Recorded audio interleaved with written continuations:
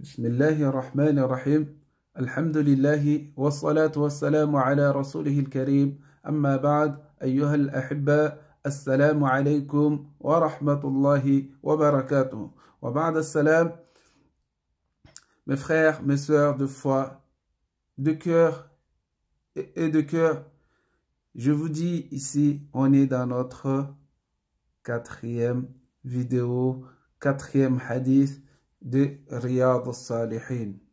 Si on a un peu de temps, Inch'Allah, on fera aussi le cinquième hadith aussi, Inch'Allah. On commence.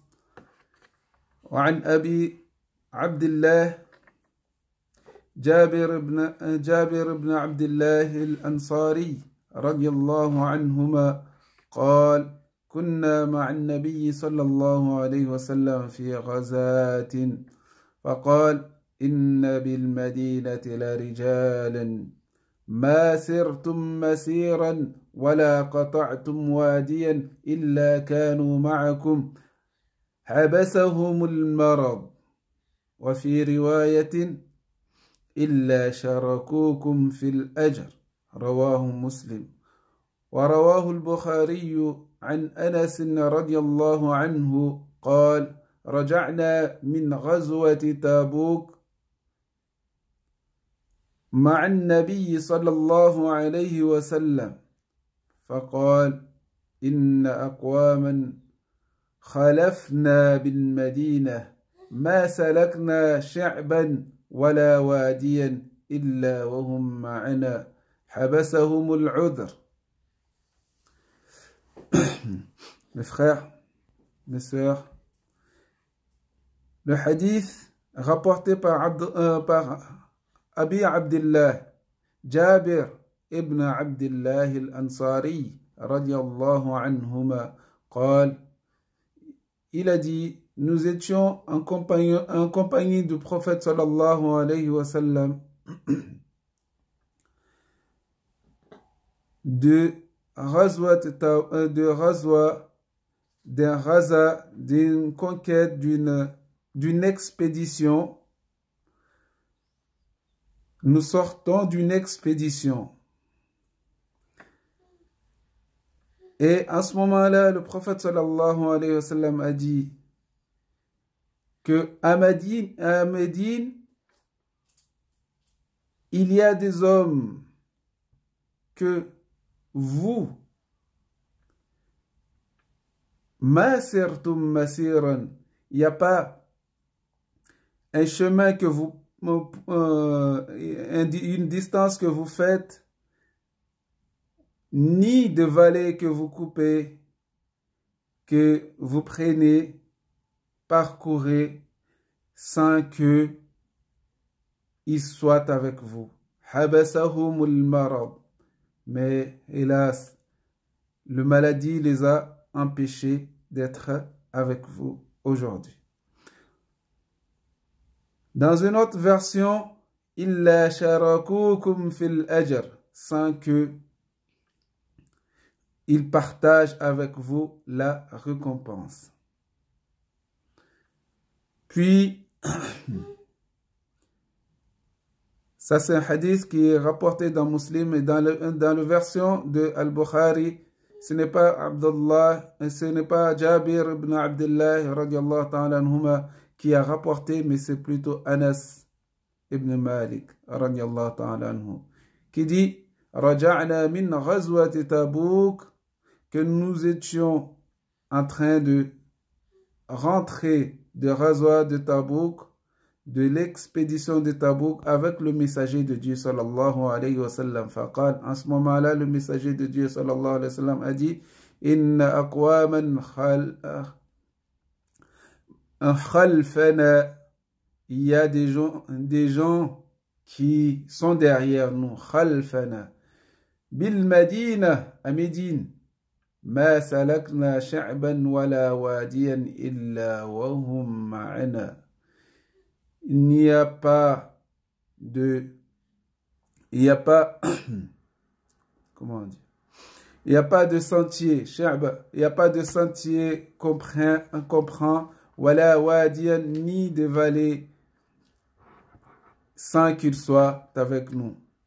Mais il y a quelque chose qui les a empêchés, un motif valable. Al-udhr, un motif valable. Donc, ici, cette histoire se passe à l'époque où des filles du prophète sallallahu alayhi wa sallam étaient malades. Alors, le prophète sallallahu alayhi wa sallam a ordonné à Uthman ibn Affan et Ali ibn al-Khattab, qui était Uthman, qui était à l'époque le mari de Zaynab. À la mort de Zaynab, Uthman s'est marié avec Kulthum, une autre fille du prophète sallallahu alayhi wa sallam, qu'on appelle Uthman Dhu Nurayn, parce qu'il s'est marié avec deux filles du prophète sallallahu alayhi wa sallam. Ali radiallahu ta'ala anhu, c'était Fatima radiallahu ta'ala anha qui était très malade. Alors le prophète sallallahu alayhi wa sallam a ordonné à ces deux compagnons-là qui voulaient absolument participer à ce rasoir, que leur cœur faisait mal, de rester au chevet de leurs épouses pour leur tenir compagnie durant le moment qu'elles sont malades. C'est pour cela que le prophète sallallahu alayhi wa sallam dit que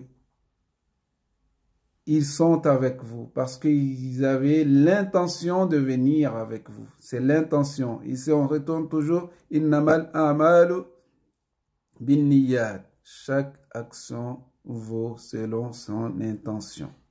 Ils avaient l'intention de s'y rendre, mais ils ne peuvent pas. Alors, ils auront le ajr, ils auront la récompense. La récompense de ce qu'ils ont fait comme intention.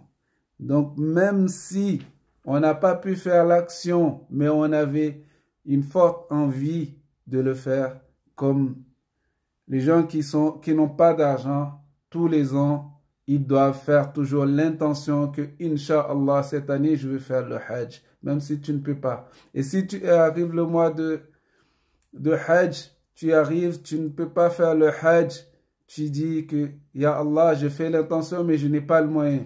Et si tu n'as pas, même si tu n'as pas le moyen de faire Qurbani, comme on dit, de faire le sacrifice, alors tu fais toujours l'intention de le faire et tu auras la récompense. Le sacrifice du mois de Dhul Hijjah, le sacrifice qu'on fait le jour de la Eid al-Udhiyya, alors tu auras toujours la récompense parce que tu as fait une ferme intention de le faire, même si tu n'as pas le moyen.